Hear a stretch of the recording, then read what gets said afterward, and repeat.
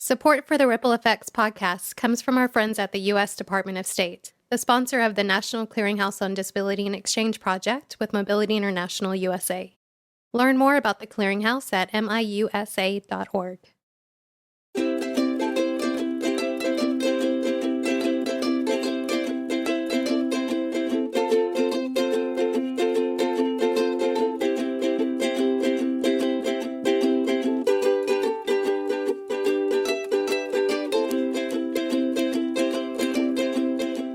Welcome to Ripple Effects, Travelers with Disabilities Abroad, a podcast brought to you by Mobility International USA, where we hear the powerful and vivid stories from people with disabilities going abroad, and the positive impact these experiences have on shifting ideas for everyone of what is possible. For our first podcast series, we will hear from people who are blind or low vision as part of our Blind Abroad campaign, from our National Clearinghouse on Disability and Exchange Project. We hope the heart of their stories resonates with you, the listeners, to empower more people with disabilities to go abroad. I'm Monica Malhotra, a project coordinator with Mobility International USA, and your host for Ripple Effects.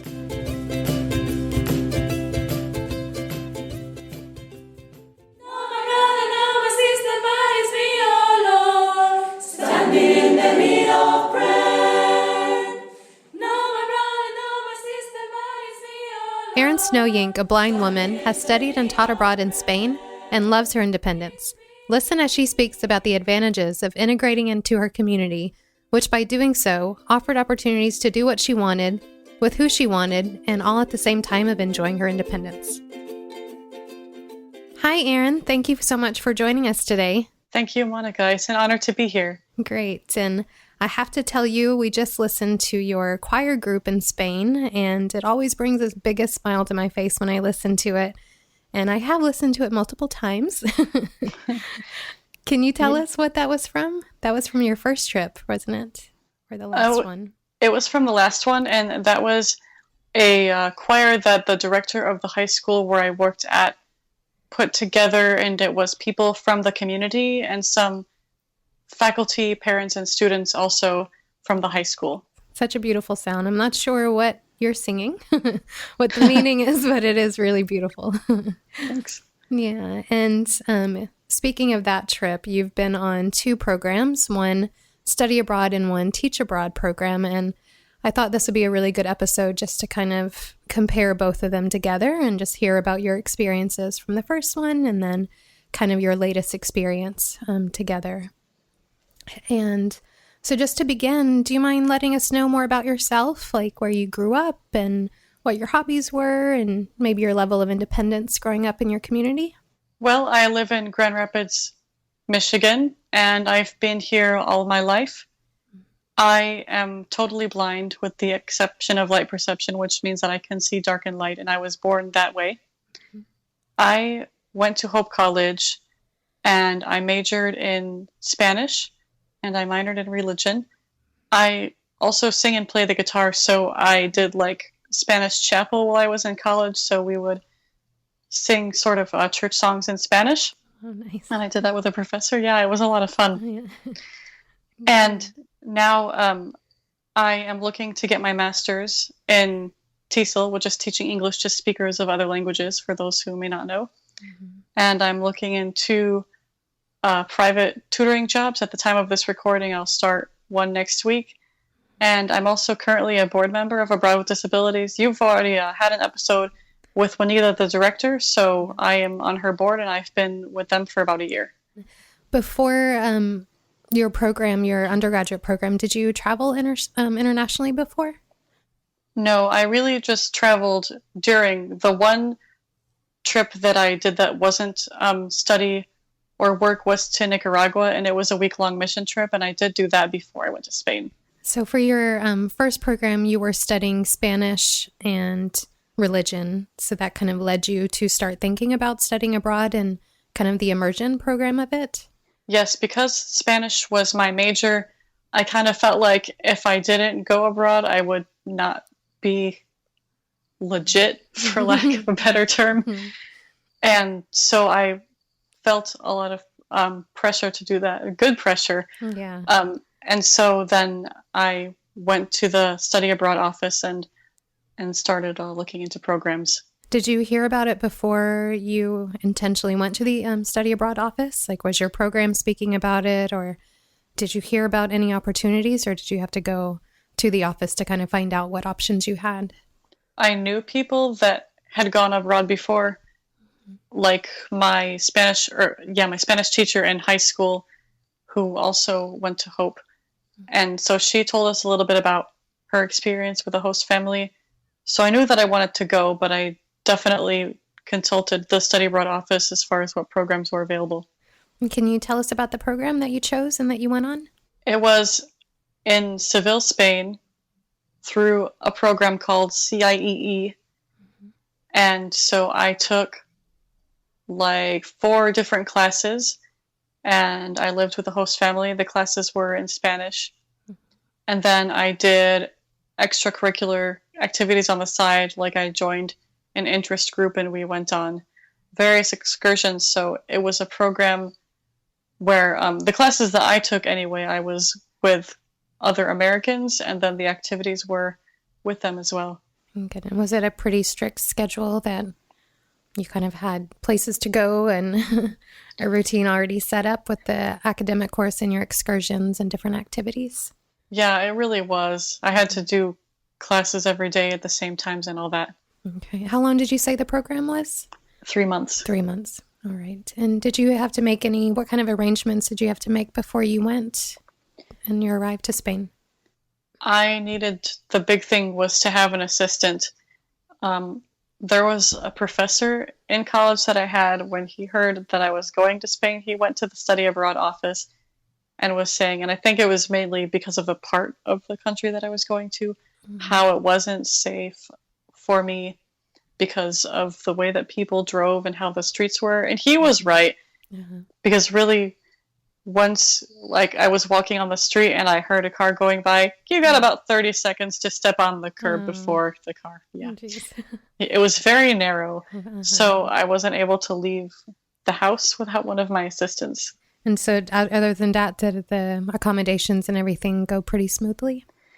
Yes, everything else besides that was just really normal things that I already had received in college, such as getting my materials beforehand and in an accessible format that I could read, and none of my professors or the program had a problem with that.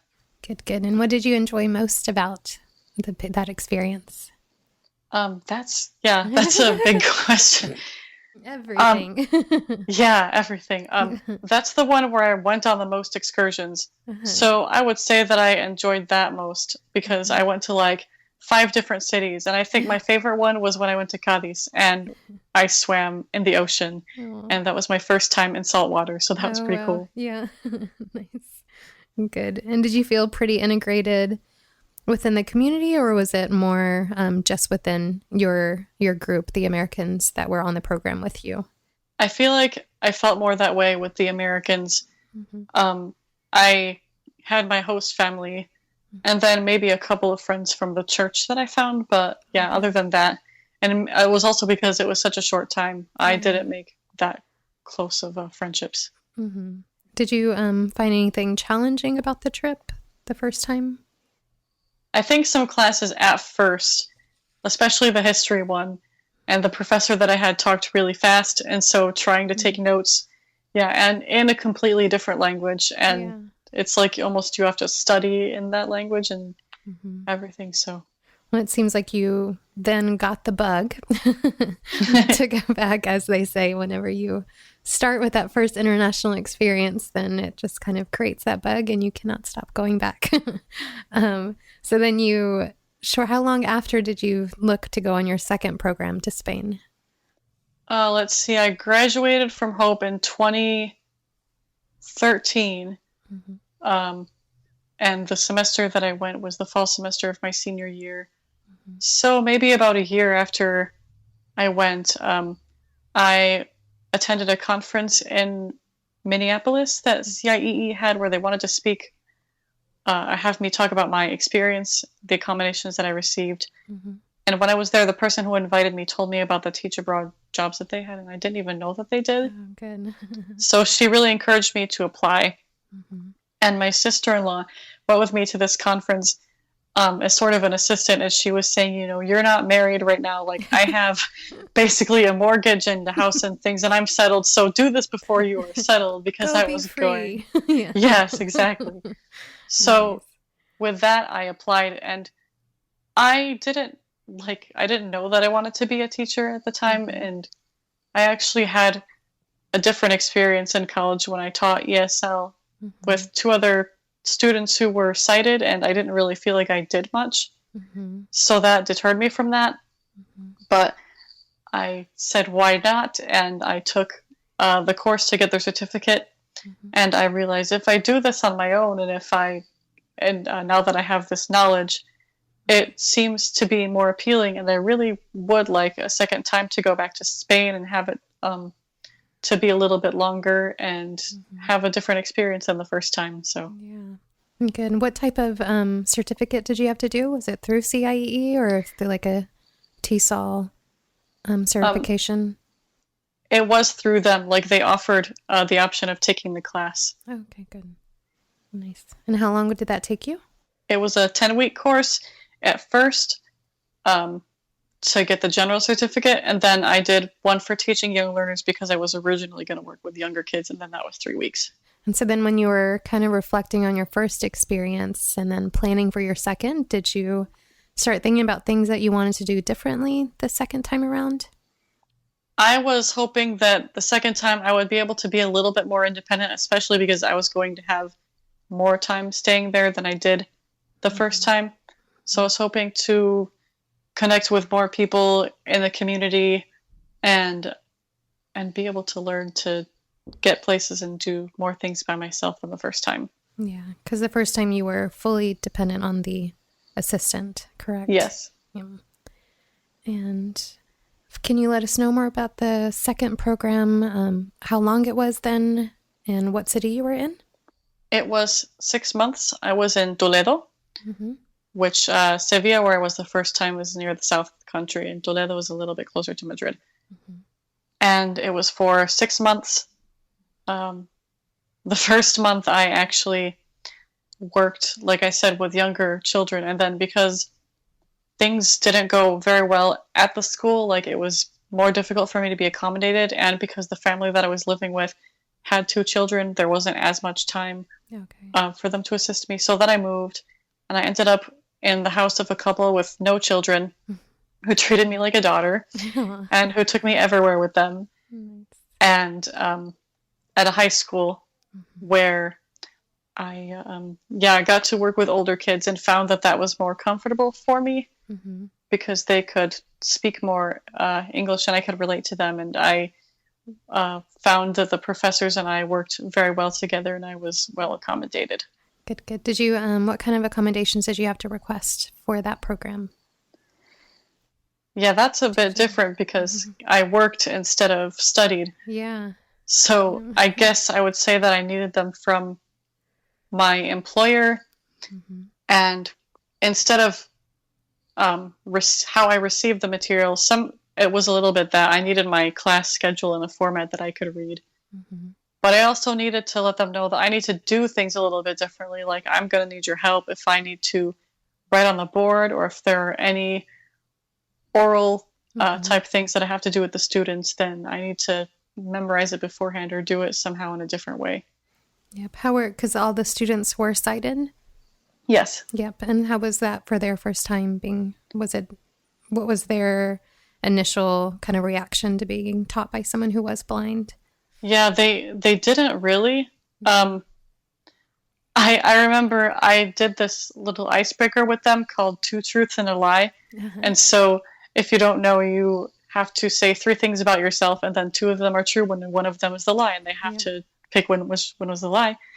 And my truth, one of the things that I said was that I have driven a truck, which I actually have done before in a church parking lot, and I did donuts. But of course, most people either said that was the lie, or they would just choose one of the other things to not mention it. But they were really shy about it. I would be like, well, why did you think that was a lie? Well, because like, it's almost like they just didn't want to mention it. So they were, if anything, they were kind of shy about it. Mm-hmm. How interesting. Did you have to communicate to them more about maybe how, like, you needed them to be in class to, so then you could support them or teach them more effectively? Yes, I did. The professor and I tried to give the students opportunities at the beginning to ask any questions that they wanted about how I did things so that they would know what a class would be like. Good. Good. And how was the whole experience for you? Did that kind of trigger you to pursue TESOL long term? It really did. After I took the course, I figured I would really want to do it, and then the experience that I had solidified that. We want to take this time to promote our #BlindAbroad campaign, where our aim is to increase awareness to people who are blind or low vision on the benefits of going abroad, with a big thanks to our sponsors at the U.S. Department of State. You can learn more about the #BlindAbroad campaign by going to our website, miusa.org, and also make sure to follow us on Twitter @MobilityINTL and #BlindAbroad. We'd love to see your comments and let others read your messages too. I know you mentioned a lot of ways this time that you did integrate more in your community, and then we even listened to the choir group as one of the instances. Can you talk more about all the ways that you integrated more with the local community for the second Teach Abroad program? Well, I did have a couple assistants like last time, but they only took me to school and back. And that was an arrangement where I needed to help cover the cost. But I relied more on my host family and on friends, A, because then it wouldn't cost, and B, because I wanted to, like I said. It was still difficult for me. I couldn't leave the house. Actually, the first place where I was, it was a smaller neighborhood, and so I learned how to walk from my house to the school. And I think that if I would have been there for the whole 6 months, I would have learned that. The second place where I was wasn't as safe, and I didn't get O&M training as I hoped I would, because the Spanish organization over there for individuals who are blind is unfortunately doesn't work with people who are not Spaniard or not affiliated with them. So before I knew someone, I did have to rely on strangers a lot, which, like, if I would say something to someone that I was getting to know or someone at home, like, why are you doing that? Why are you talking to strangers? Like, I don't really have a choice. Like, one guy who saw me lost and, like, really terrified because I didn't know where I was. Well, that's how I ended up getting a job teaching his children English and getting paid for it. And then as far as the choir group, that was just because someone came up to me and asked me about it because she heard that I wanted to sing. And then when I went to the house of the new host family for my church, and then I started going there with them, and then to the youth group for the younger people on Saturdays. So I was able to get to know more people in the community because I was doing things through there instead of being around all the Americans all the time. Yeah, you can see all those benefits, and just by communicating and being open, and it just sounds like one opportunity led to another, and different relationships and friendships that helped you, get around, but then also added so much to your trip of, those relationships that you built. Do you see, I guess, like the biggest benefit that you can see, or not even the biggest, but I guess integrating more with the community compared to the first time was, your independence was pretty important to you. And I guess going forward, if you plan your next trips, can you think of things that you would do again?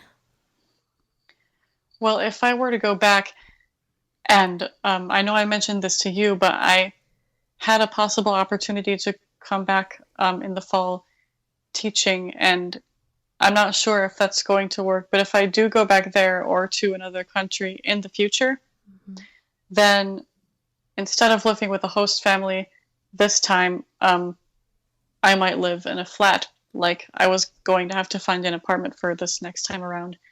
And then that would have even made me more independent.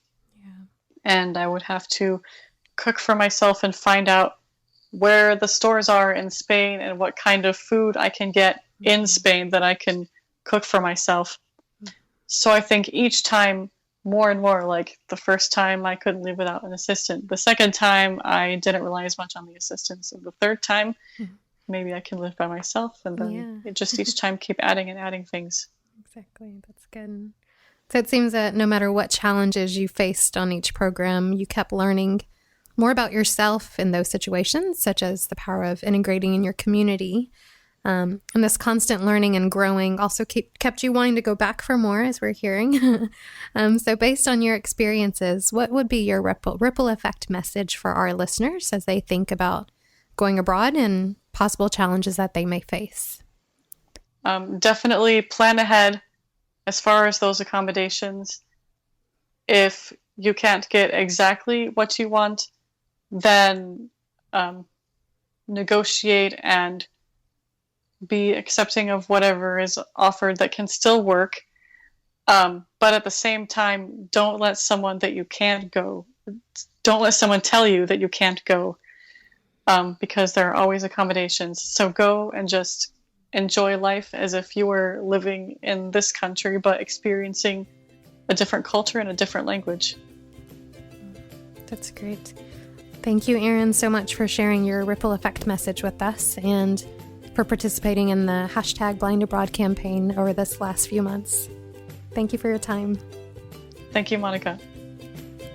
I'm Monica Malhotra, your host for Ripple Effects, Travelers with Disabilities Abroad. Thank you for listening, and make sure to visit us at miusa.org to learn more about Mobility International USA and our mission to advance disability rights and leadership globally.